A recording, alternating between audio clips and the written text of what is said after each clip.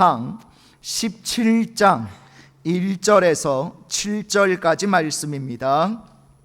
구약성경 545페이지 열왕기상 17장 1절에서 7절까지 말씀, 우리 한 절씩 교독하겠습니다.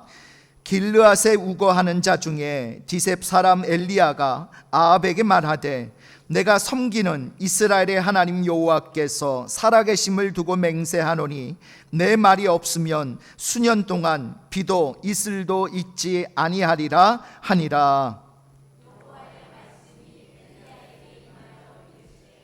너는 여기서 떠나 동쪽으로 가서 요단 앞 그리 시냇가에 숨고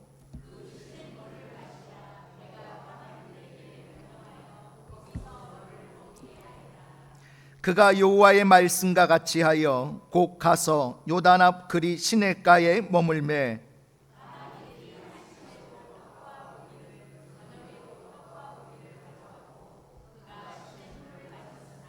같이 읽겠습니다.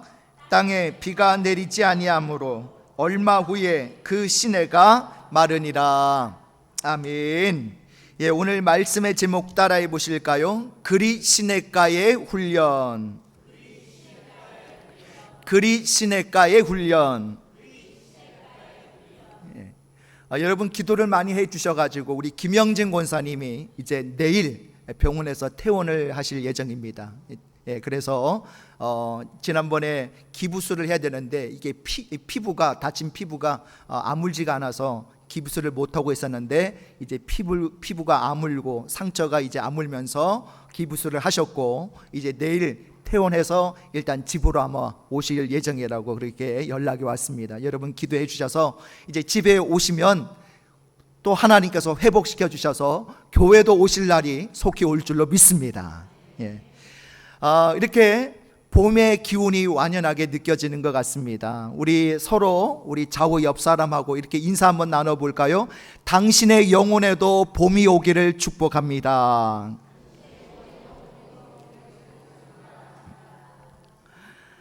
우리나라 젊은이들이 군대에 가면 가장 먼저 가는 곳이 있습니다. 여러분 어딜까요? 그렇죠, 신병교육대입니다. 이 신병교육대에서 5주 동안 고된 훈련을 받아야 대한민국의 군인이 되는 거죠. 그 훈련의 과정을 거치지 않으면 군인이 될 수가 없습니다. 군대에 갔다 오신 분들은 신병교육대 생활에 대한 아련한 추억들이 있을 것입니다. 저는 신학대학 1학년을 마치고 나이 22살에 군대에 갔습니다. 그런데 신병교육대에서 가장 힘들었던 것은 모든 일에 큰 소리로 고함을 쳐야 한다는 것이었습니다. 아침 6시에 일어나서 점호를 할 때부터 힘찬 구령 소리와 함께 떠나갈 듯한 함성으로 하루를 시작합니다. 자기 이름을 댈 때에도 고함치듯 큰 소리로 말을 해야 돼요. 그래서 훈련병 박성원 이렇게 큰 소리로 막 이름을 이야기해야 됩니다. 군가를 부를 때도 뭐 가락, 음정, 박자 다 무시하고요, 무조건 고함을 질러야 잘 부르는 것이 돼요. 그때만 해도 외향적인 성격이 아니었던 터라 고함을 치는 것이 얼마나 처음에 힘들었는지 모릅니다. 더군다나 이 고함을 막 지르고 나면 머리가 멍해지면서 아무 생각도 나지를 않습니다. 왜 훈련소에서는 그렇게 고되게 훈련을 시킬 뿐만 아니라 고함을 치게 해서 사람의 정신을 쏙 빼버리는 것일까요? 지금 가만히 생각해 보면 그게 다 훈련의 방법이었던 것입니다. 군대에 오기 전에 가졌던 생활 습관을 바꾸기 위해서는 고된 훈련을 해야 하고, 사회에서 합리적으로 생각하고 평안하게 생각해 왔던 모든 사고들을 군대식으로 바꾸기 위해서는 고함을 쳐서라도 딴 생각하지 못하게 만들어야 했던 것이죠. 그게 바로 군인을 만드는 훈련 방법이었습니다. 군인다운 군인을 만들기 위해서는 훈련소에서 고된 훈련을 받아야 하는 것처럼 하나님의 백성이 하나님의 백성다운 사람이 되기 위해서도 훈련을 받아야 한다는 거예요. 우리 디모데전서 4장 6절 7절 우리 두 절 말씀을 같이 읽겠습니다. 시작. 내가 이것으로 형제를 깨우치면 그리스도 예수의 좋은 일꾼이 되어 믿음의 말씀과 내가 따르는 좋은 교훈으로 양육을 받으리라. 망령되고 허탄한 신화를 버리고 경건에 이르도록 내 자신을 연단하라. 아멘. 자, 이 말씀에 보면요, 예수의 좋은 일꾼이 되기 위해서는 믿음의 말씀과 좋은 교훈으로 양육을 받아야 한다라고 말씀하고 있고, 또 경건에 이르도록 자신을 연단해야 한다라고 말씀하고 있습니다. 양육을 받아야 한다라는 말이나 경건에 이르도록 연단해야 한다는 말 모두 훈련을 받아야 한다는 말입니다. 하나님의 백성들은 하나님의 백성답게 살아가기 위해서 끊임없이 훈련을 받아야 합니다. 그것을 디모데전서에서는 경건에 이르는 훈련이라고 말씀해요.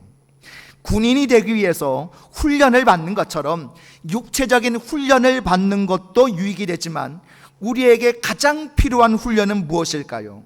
영적인 훈련, 경건에 이르는 훈련인 줄 믿습니다. 그 훈련을 통해서 우리는 하나님의 사람으로 성장해 가게 되는 거죠. 훈련 없이 성장해 가는 사람은 아무도 없습니다.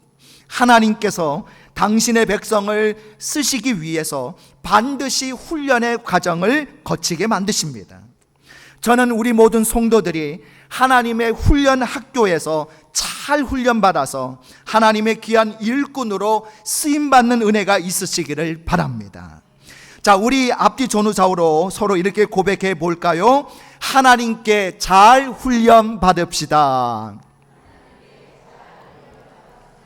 한 번 더 서로 고백해 봅시다. 잘 훈련 받아서 잘 쓰임 받읍시다.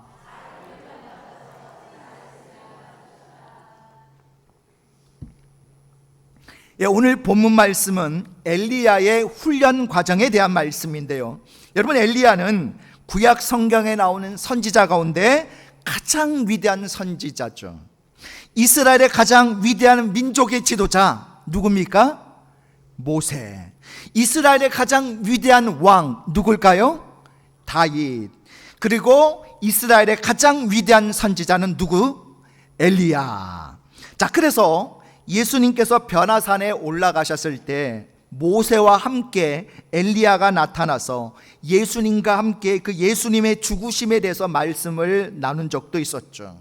또 우리가 잘 아는 것처럼 엘리야는 갈멜산에서 850명의 바알과 아세라 선지자들과 대결을 해서 당당하게 승리하기도 했습니다. 하늘에서 불을 내려 제단을 태움으로 여호와 하나님만이 살아계신 유일한 하나님이라는 것을 보여주었던 능력의 선지자이기도 합니다.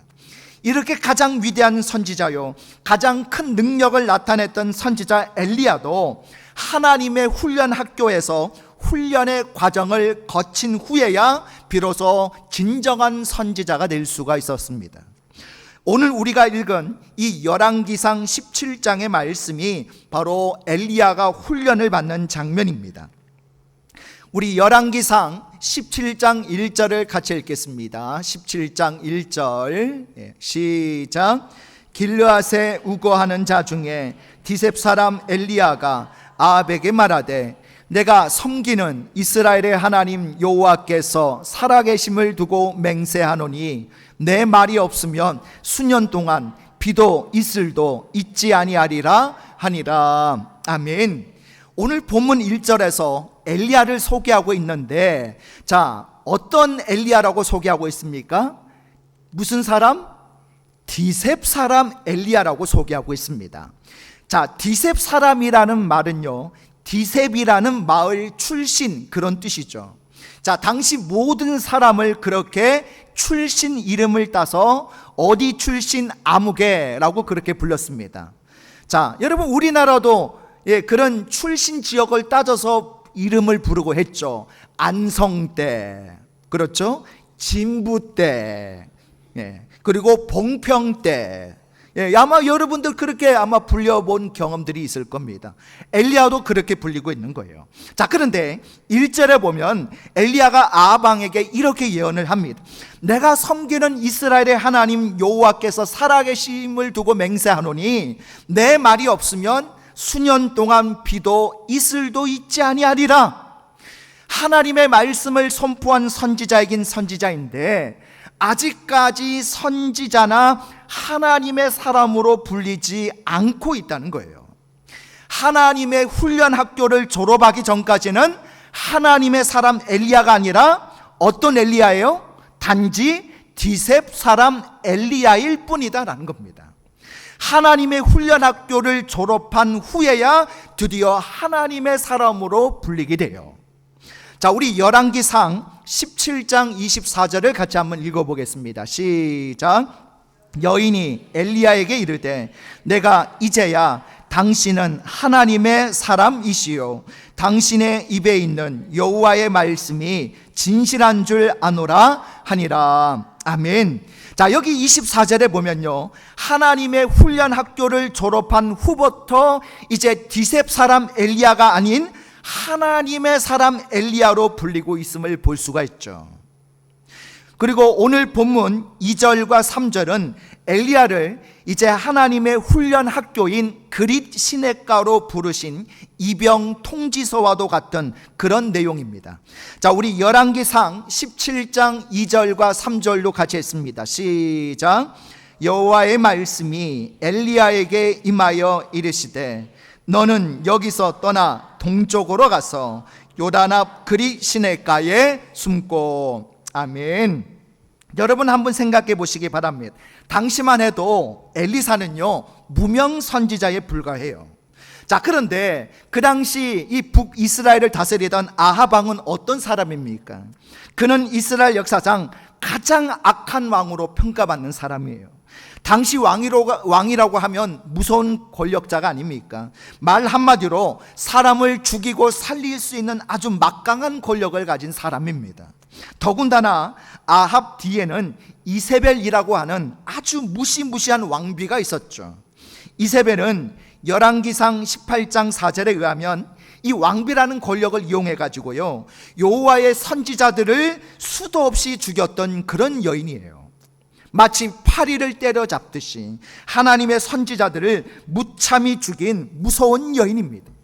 그런데 그런 막강한 권력을 가졌을 뿐만 아니라 그 권력을 이용해서 하나님의 선지자들을 파리 잡듯 죽인 이 사악한 아합 왕과 이세벨 앞에 무명의 선지자 엘리야가 나타났습니다. 그리고 하는 말이 이 땅에 비도 이슬도 내리지 않고 가뭄이 있을 것인데 내가 비가 올 것이라고 말할 때까지 그것이 몇 년 동안 계속될 것이다. 그렇게 선포를 한 거예요. 이스라엘의 지리적 여건상 몇 개월 동안 비가 오지 않는 일은 자주 있습니다. 그리고 몇 개월 동안만 비가 오지 않아도 가뭄 때문에 극심한 어려움을 겪어야 하는 곳이 바로 팔레스타인 땅이죠. 그런데 몇 달이 아니라 몇 년 동안이나 비가 오지 않겠다고 선언한 것입니다.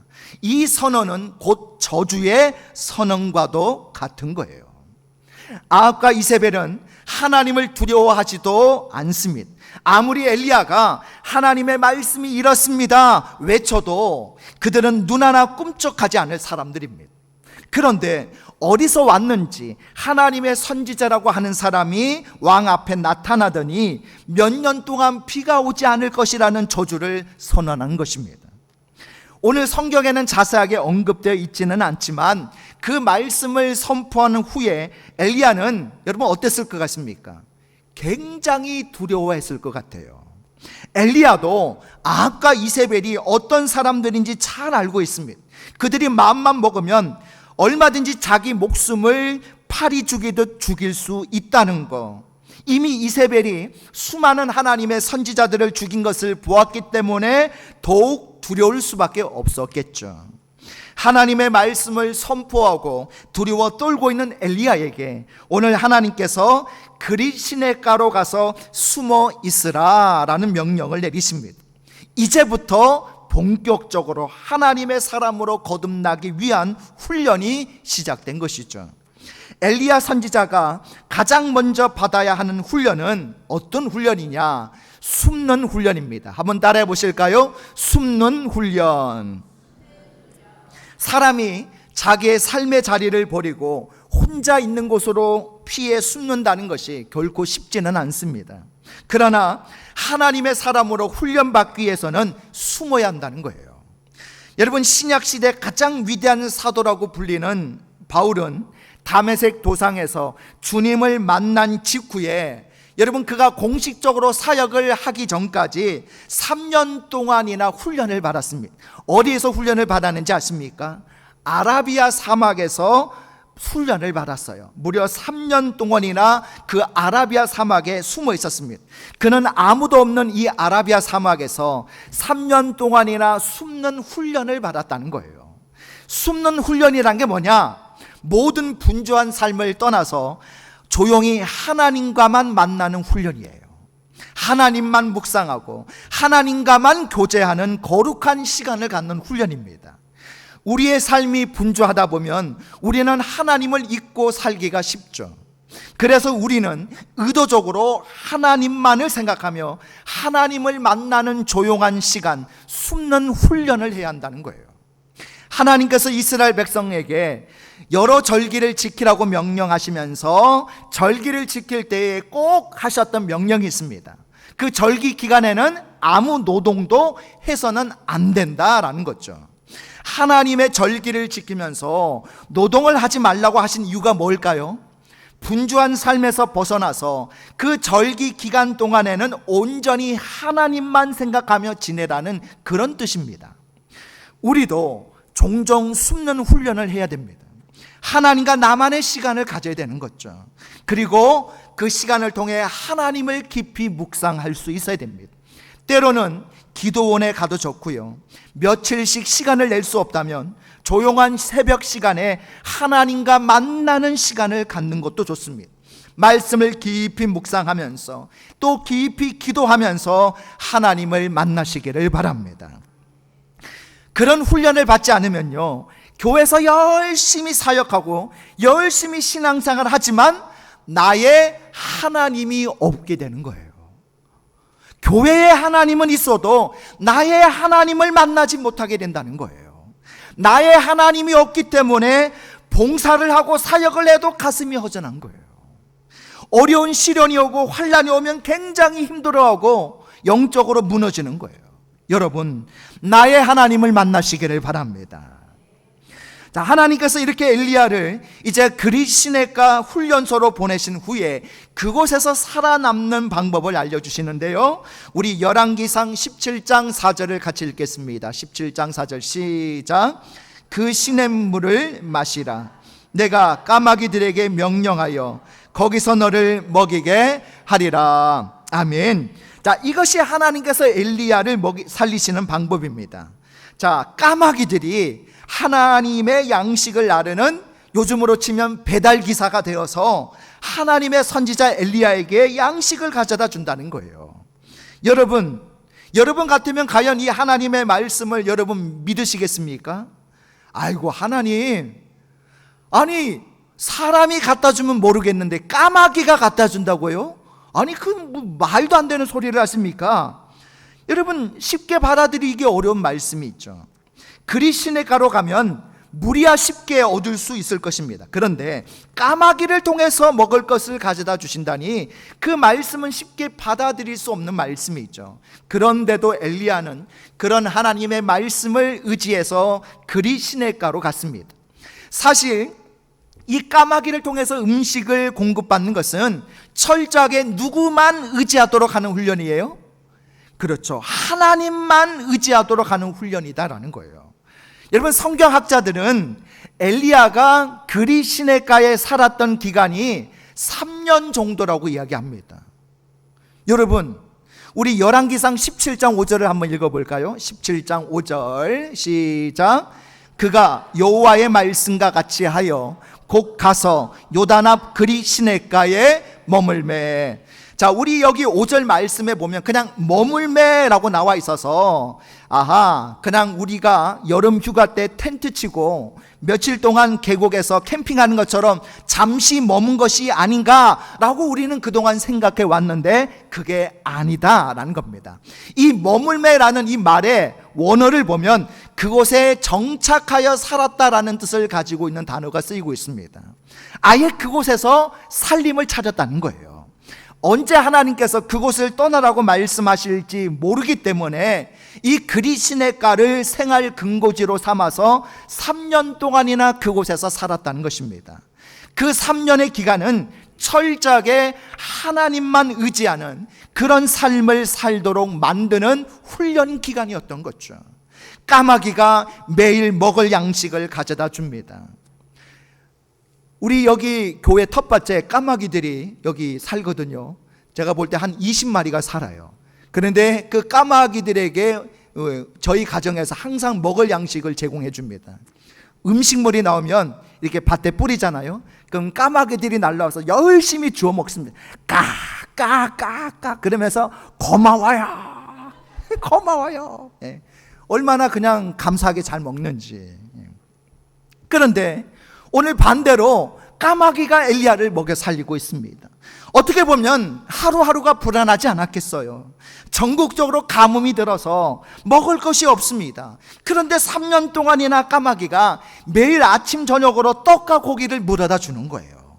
가뭄으로 먹을 것이 없는 당시 상황으로 봐서 혹시 오늘 저녁에는 떡을 물고 오지 않으면 어떻게 하나? 과연 내일 아침에도 떡을 물어다 줄까? 늘 그런 걱정이 처음에는 있었을 겁니다.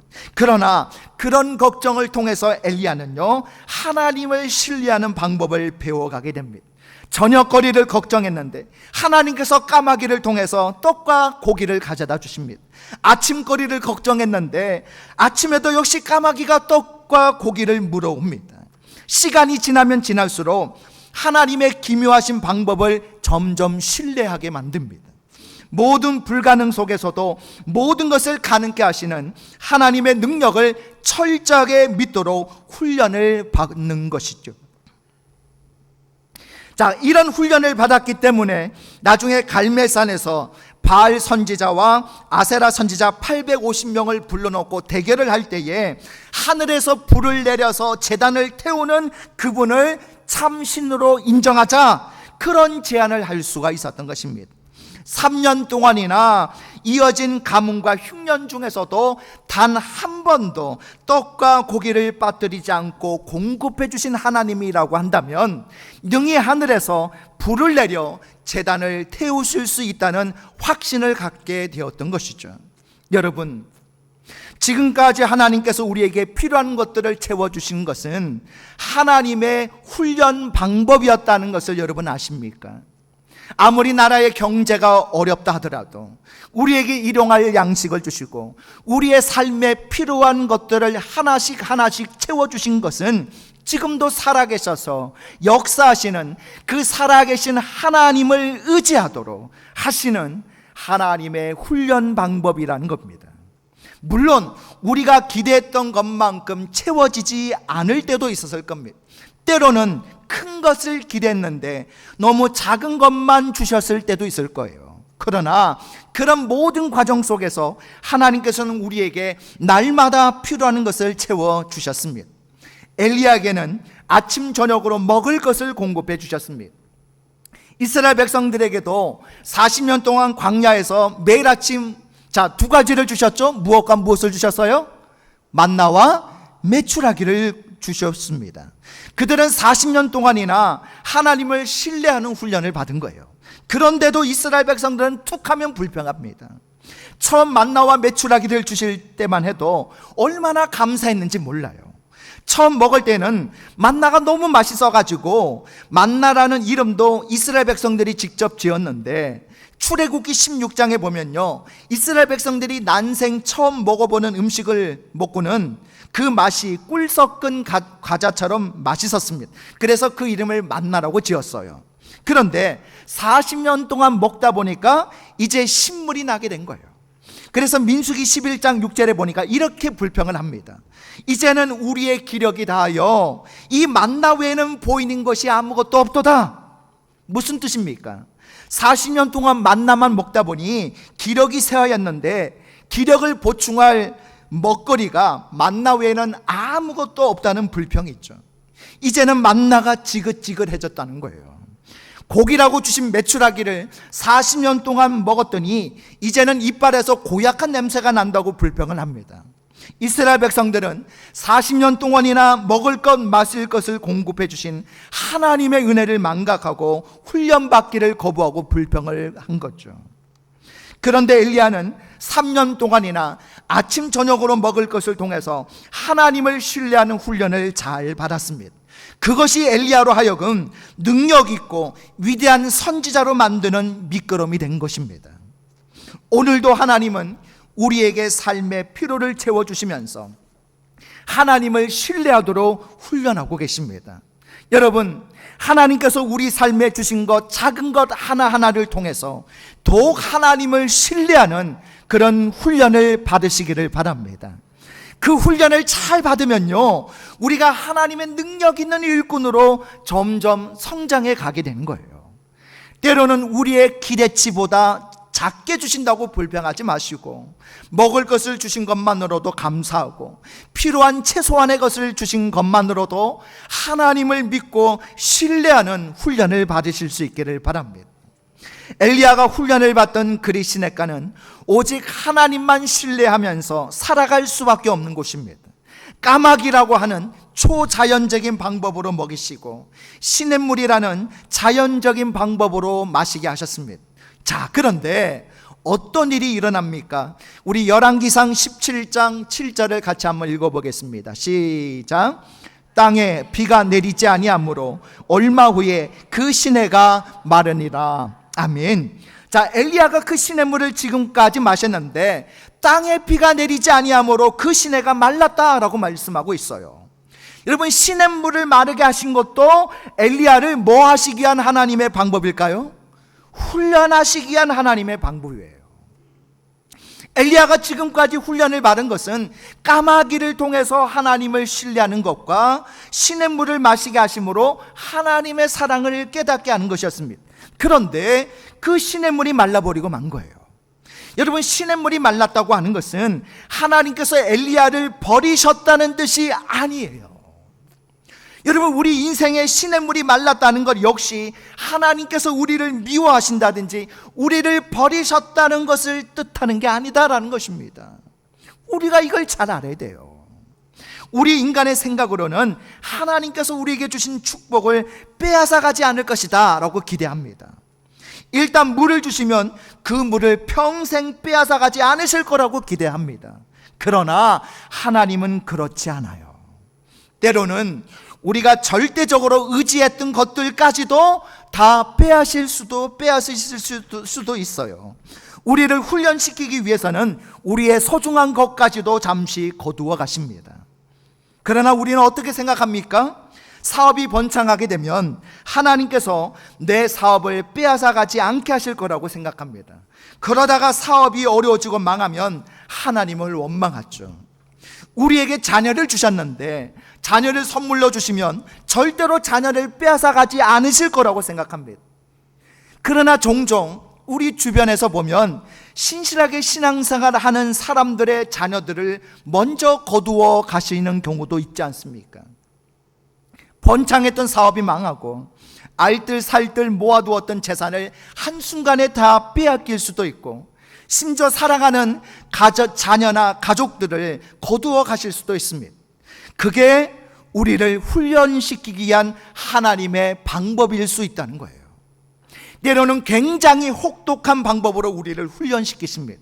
때로는 아주 소중한 것들을 잃게 만드실 때도 있습니다. 그러나 그것이 우리를 훈련시키기 위한 하나님의 방법임을 여러분 기억하시기를 바랍니다. 하나님께서는 그런 모든 것을 통해서 가장 궁극적인 훈련을 하시는데, 그것이 바로 뭐냐? 어떤 순간에도 하나님은 나를 잊어버리지 않으시고 사랑하신다는 사실을 깨닫게 하신다는 거예요. 하나님께서는 이사야 선지자를 통해서 이런 말씀을 주신 적이 있습니다. 우리 이사야 49장 14절에서 16절까지 우리 세 절 말씀 같이 읽습니다. 시작. 오직 시온이 이르기를 여호와께서 나를 버리시며 주께서 나를 잊으셨다 하였거니와 여인이 어찌 그 젖먹는 자식을 잊겠으며 자기 태에서 난 아들을 긍휼히 여기지 않겠느냐. 그들은 혹시 잊을지라도 나는 너를 잊지 아니할 것이라. 내가 너를 내 손바닥에 새겼고 너의 성벽이 항상 내 앞에 있나니. 아멘. 우리는 때로 하나님께서 하신 일을 깨닫지 못하고 불평할 수 있습니다. 하나님께서 왜 나를 버리셨느냐라고 항변할 수도 있습니다. 그러나 하나님께서는 분명하게 말씀하고 계셔요. 나는 단 한순간도 너를 잊어본 적이 없다. 어미가 자기 자식을 잊는 일은 있을 수 있어도 나는 너를 한순간도 잊지 않는다. 나는 너를 내 손바닥에 새겨 놓았단다. 엘리야는 시냇물이 말라버린 그 현장을 보면서 하나님, 이제 저는 어떻게 살아야 합니까? 시냇물을 마실 때는 참 좋았는데 왜 이제는 물도 마시지 못하게 하시는 것입니까? 그렇게 항변할 수도 있었겠죠. 더군다나 당시는 3년 동안이나 가뭄이 계속된 때이기 때문에 물이 가장 귀한 것이 아니겠습니까? 그런데 이제 그 물도 마실 수 없게 된 거죠. 그러자 바로 그때 하나님의 말씀이 엘리야에게 이렇게 임해요. 우리 열왕기상 17장 8절 9절 우리 두 절을 같이 했습니다. 시작. 여호와의 말씀이 엘리야에게 임하여 이르시되 너는 일어나 시돈에 속한 사르밧으로 가서 거기 머물라. 내가 그곳 가부에게 명령하여 내게 음식을 주게 하였느니라. 아멘. 시돈에 속한 사르밧으로 가라는 것입니다. 거기서 내가 너의 생명을 위한 다른 계획을 마련해 놓았다는 거예요. 하나님께서는 그리시네가 훈련소에서 3년 동안 훈련을 받은 엘리야를 드디어 세상으로 파송을 하시는데 마실 물조차 없는 상황에서 가게 하십니다. 그리고 한 과부를 통해서 엘리야의 생명을 책임져 주시겠다고 말씀하십니다. 어떤 상황에서도 나의 생명만은, 어떤 상황에서도 엘리야의 생명만큼은 내가 내 손바닥에 새겨서 지켜주시겠다는 하나님의 약속이 있죠. 여러분, 우리의 상황이 아무리 어렵게 돌아간다고 하더라도 하나님은 결코 우리를 잊지 않는다는 사실을 기억하시기 바랍니다. 가장 소중한 것은 우리의 생명이죠. 우리의 생명이 붙어 있는 한 하나님께서는 우리에게 살 길을 주시고 우리를 손바닥에 새겨 지켜주십니다. 그것을 깨닫게 하시는 것이 하나님의 훈련 학교의 목적이에요. 어떤 어려운 순간에도 하나님께서 내 생명을 지켜주시고 결코 나를 포기하지 않으시고 사랑한다는 사실을 깨달을 때에 우리는 성숙한 신앙인이 될 수 있고 능력 있는 성도의 삶을 살아갈 수가 있는 것입니다. 여러분, 광야와 같은 인생을 살아갈 때에 우리에게 때로는 시련도 있고 아픔도 있을 것입니다. 그러나 우리는 하나님의 훈련 학교에 내가 지금 입학해 있다라는 생각을 가지고 때로는 시련이나 어려움을 통해서, 때로는 그 가운데 공급해 주시는 하나님의 은혜를 통해서 믿음의 훈련을 잘 받으시기를 바랍니다. 그래서 그 훈련을 잘 받아서 더욱 성숙해지는 신앙인으로, 더욱 온전한 하나님의 백성으로 자라가시기를 주님의 이름으로 축복합니다. 우리 다 같이 일어나셔서 우리 주여 한번 부르시고 합심으로 기도하실 때 두 가지 기도 제목 가지고 기도하기 원합니다. 첫 번째는 광야와 같은 인생을 살아갈 때에 우리에게는 때로는 시련도 있고 아픔도 있지만 하나님의 훈련 학교에 입학했다는 생각을 가지고 때로는 시련이나 어려움을 통해서, 때로는 공급해 주시는 하나님의 은혜를 통해서 하나님을 신뢰하는 믿음의 훈련을 잘 받게 하소서. 두 번째는 하나님의 훈련 학교에서 훈련을 잘 받아서 더욱 성숙해지는 신앙인으로, 더욱 온전한 하나님의 백성으로 자라가게 하소서. 우리 이상 두 가지 기도 제목 가지고 우리 주여 한번 부르시고 합심으로 기도하겠습니다. 주여, 하나님, 오늘 광야와 같은 인생을 살아갈 때에 엘리야처럼 우리에게도 때로는 시련도 있고 아픔도 있습니다. 그렇지만 오늘 우리가 하나님의 훈련학교에 내가 입학했다는 그런 생각을 가지고 때로는 시련이나 어려움을 통해서, 때로는 그 가운데 공급해 주시는 하나님의 은혜를 통해서 이 하나님의 훈련학교에서 하나님을 신뢰하는 믿음의 훈련을 잘 받게 하여 주옵소서. 그리하여 우리가 믿음의 훈련을 잘 받아 오늘 그 믿음의 훈련을 통해서 오늘 엘리야가 위대한 선지자가 되었던 것처럼 위대한 믿음의 백성으로 성장하게 하옵소서. 하나님의 훈련학교에서 훈련을 잘 받아서 더욱 성숙해지는 신앙인이 되게 하시고 더욱 온전한 하나님의 백성으로 자라갈 수 있도록 우리를 인도하시고 역사하여 주시옵소서. 사랑의 하나님, 광야와 같은 인생을 살아갈 때에 우리에게 때로는 시련도 있고 아픔도 있습니다. 그렇지만 우리가 그 어려움과 시련을 통해 내가 지금 하나님의 훈련학교에 입학했다는 생각을 가지고 이 시련과 어려움을 통해서 때로는 공급해 주시는 하나님의 은혜를 통해서 하나님을 신뢰할 수 있는 믿음의 훈련을 잘 받게 하여 주시옵소서. 하나님의 훈련학교에서 훈련을 잘 받아서 더욱 성숙해지는 신앙인이 되게 하시고 더욱 온전한 하나님의 백성으로 자라가게 하여 주시옵소서. 예수님의 이름으로 기도드리옵나이다. 아멘.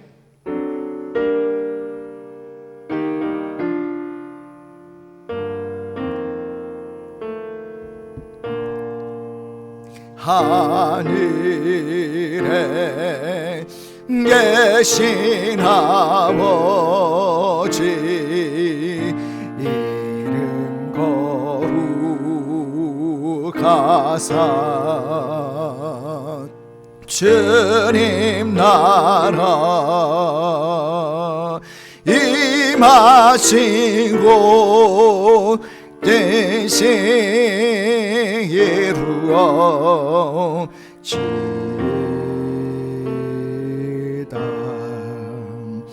일용할 양식 주시고 우리들의 큰 죄 다 용서하옵시고 또 시험에 들게 마시고 악에서 구원하소서. 대개 주의 나라 주의 권세 주의 영광 영원히